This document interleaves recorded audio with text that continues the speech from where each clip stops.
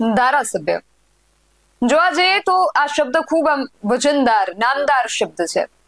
લગભગ 7.5 કરોડની ગુજરાતની વસ્તીમાંથી માત્ર 182 લોકો જેવા છે જે ગુજરાતની વિધાનસભાના સભ્ય છે. એટલે આ બનવું કોઈ નાની વાત નહીં હોય. દરેક ધારાસભ્ય સરેરાશ 3.5 લાખ લોકોના પ્રતિનિધિ છે. આ બધા મોટા મોટા આંકડાઓ આજે એટલા માટે યાદ કરવા પડે છે. અને હા, આ આંકડાઓ હું યાદ કરાવી રહી છું ઈડરના ધારાસભ્ય રમણલાલ વોરાને, જે કદાચ ભૂલી ચૂક્યા છે કે પોતે ધારાસભ્ય પદ ધરાવે છે.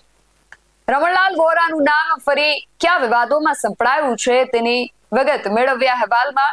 જય હિન્દ, BSI TV ન્યૂઝ પર આપની સાથે હું છું નિધિ ગઢવી. ભારતીય જનતા પાર્ટીના ઈડરના ધારાસભ્ય રમણલાલ વોરા, આમ તો એમનું નામ છેલ્લા કેટલાય સમયથી વિવાદોમાં સંપડાયેલું છે જ. જમીનના જે કૌભાંડના આક્ષેપો છે તેને લઈને રમણલાલ વોરા ઘણા સમયથી ચર્ચાનો વિષય બન્યા છે, પરંતુ ફરી એકવાર એક નવો જ વિવાદ સર્જાયો છે અને આ નવા સર્જાયેલા વિવાદ સાથે પણ રમણલાલ વોરાનું નામ જોડાઈ ગયું છે. ઈડરના એક સામાજિક કાર્યકર છે, તેમણે રમણલાલ વોરા સાથે સોશિયલ મીડિયામાં વાતચીત કરી હતી અને તેમનો આક્ષેપ છે કે ધારાસભ્યશ્રીએ તેમની સાથે અણછાજતા શબ્દોમાં વાતચીત કરી છે, એમને ગાળો આપી છે. સોશિયલ મીડિયામાં તેમની સાથે જે વાત થઈ છે એનો એક વિડીયો અને એ ચેટ પણ વાયરલ થઈ છે અને અમારી પાસે આવી છે. સૌથી પહેલા તો આ બંને વચ્ચે શું વાતચીત થઈ રહી છે તે સાંભળો. આપના વિચારો સામાજિક કાર્યકર્તા છો ને કેટલી ઉંમર છે પેલા? મારી 28 સાહેબ. સુતોષભાઈ કેટલી ઉંમર છે? 20 અને મારી ફક્ત 73 છે પેલા. અને મારી ફક્ત 73 છે. હા, કેટલું ભણેલા છો? હું જાહેર વહીવટ સાથે BA થયેલો છું.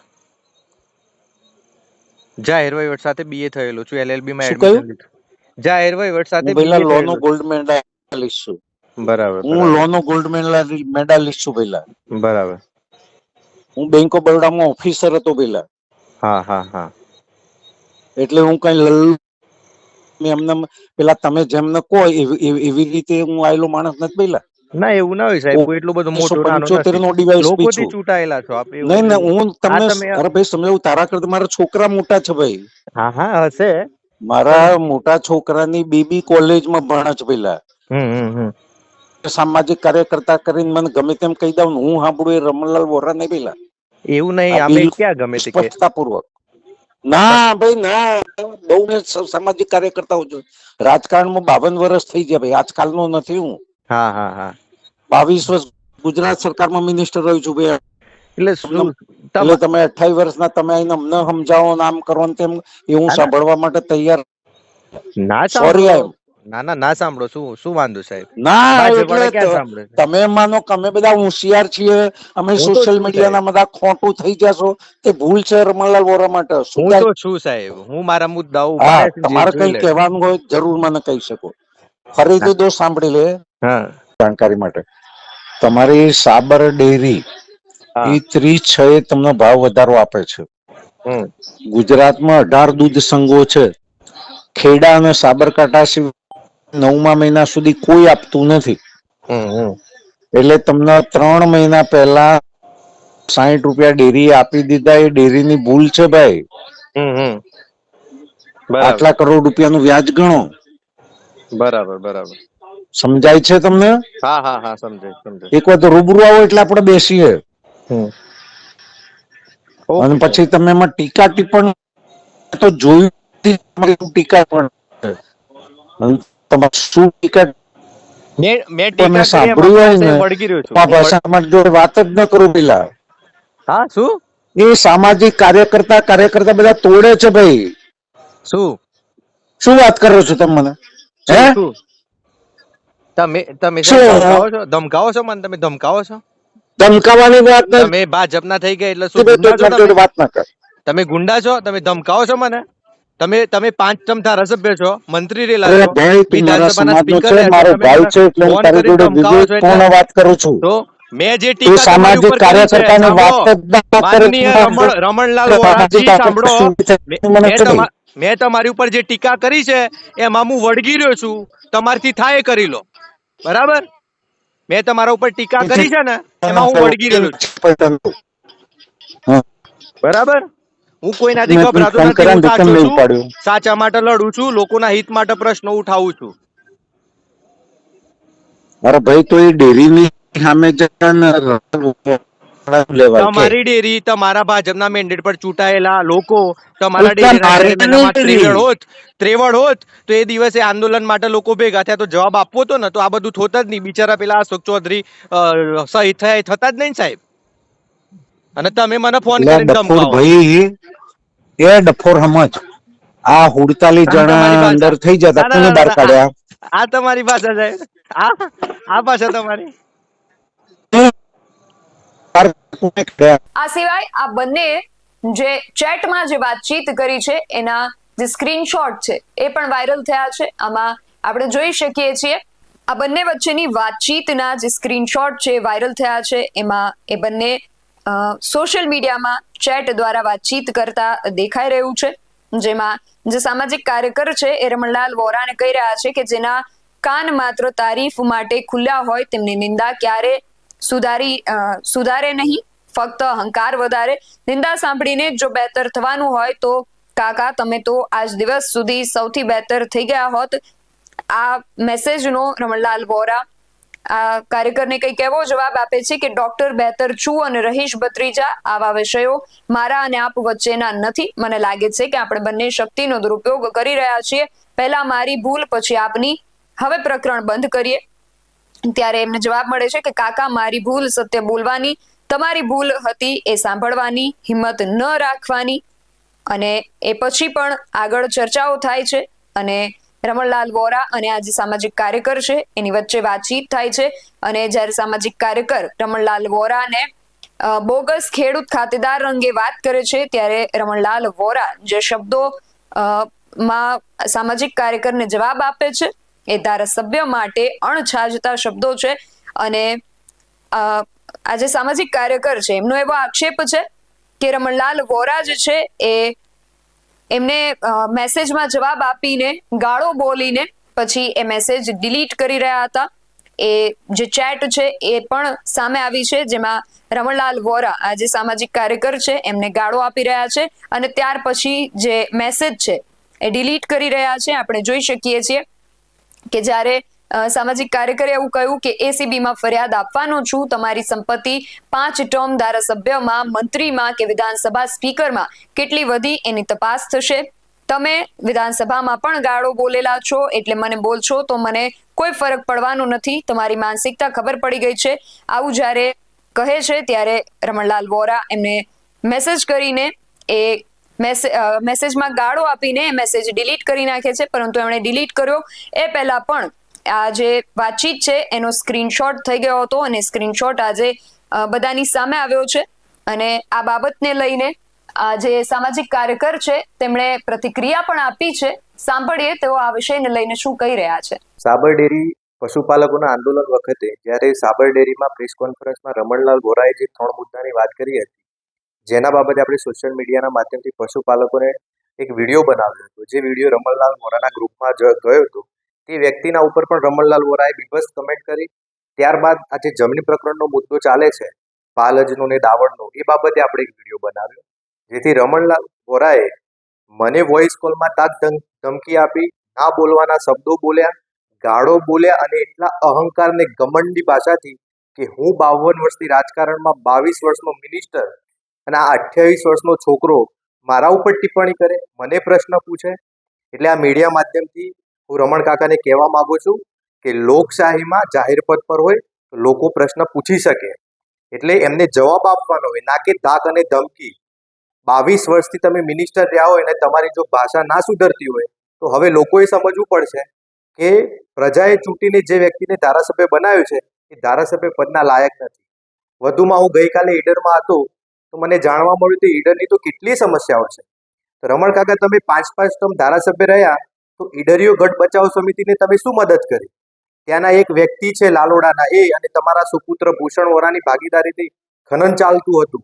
ઈડરની ટ્રાફિકની સમસ્યા છે, 30 વર્ષથી બાયપાસ નથી નીકળતો. અને એક સિવિલમાં એક ડોક્ટર છે જે 50 લાખ ઉપરનું કૌભાંડ કર્યું તેવી લોકોની ત્યાંથી માહિતી હતી, તો પણ 7 વાર બદલી થવા છતાં એ તમારી રહેમ નજર હેઠળ હજુ એક જ જગ્યાએ નોકરી કરી રહ્યો છે. એટલે 22 વર્ષ મિનિસ્ટર રહ્યા અને 5 ટર્મ ધારાસભ્ય રહ્યા.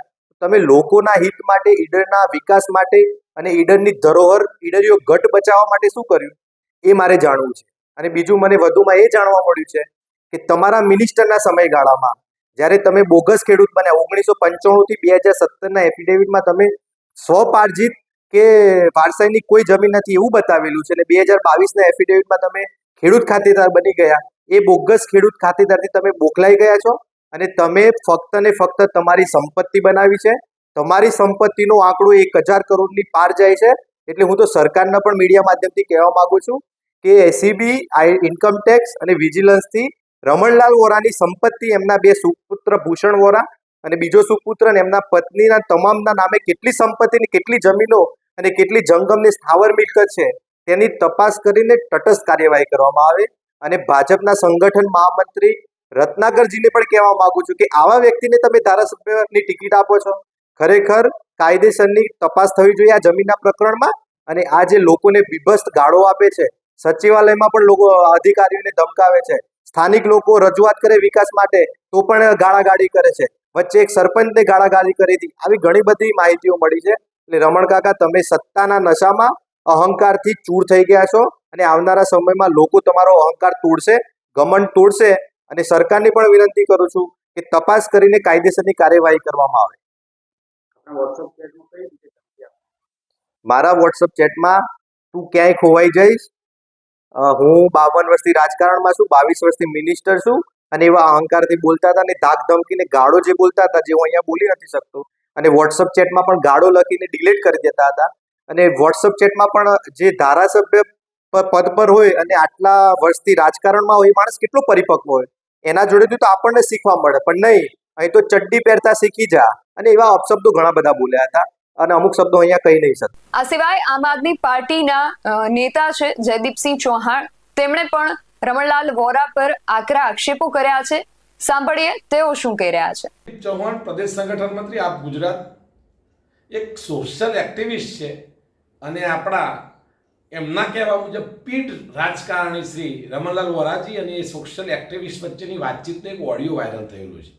અને એમાં ઈડરના ધારાસભ્ય શ્રી પોતે એવું દર્શાવે છે કે હું 52 વર્ષથી રાજનીતિમાં છું, તમને ચડ્ડી પહેરતા શીખી લો પહેલાં, પછી મારી સાથે રાજનીતિ કરો.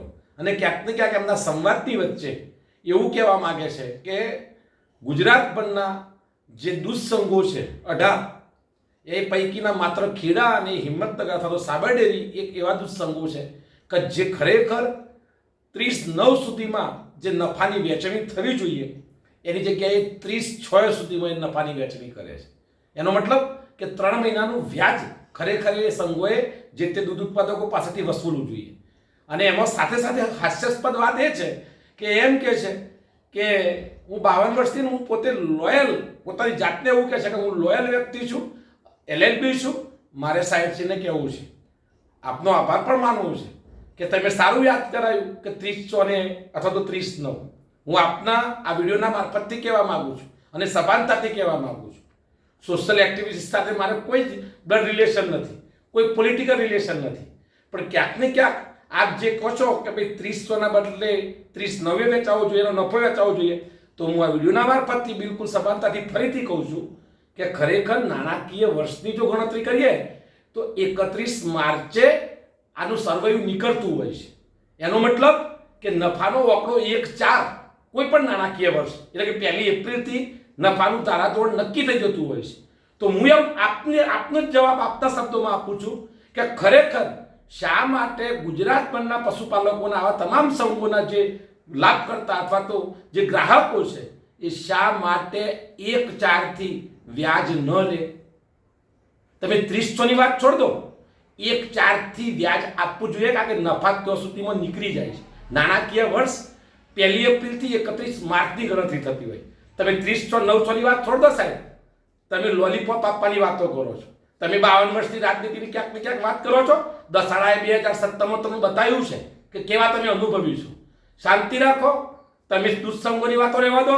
તમારી તાકાત હોય તમે સાહેબ આપો ને ખેડૂતોને, તમારો બોગસ ખેડૂત ખાતેદાર વિશે બોલો ને.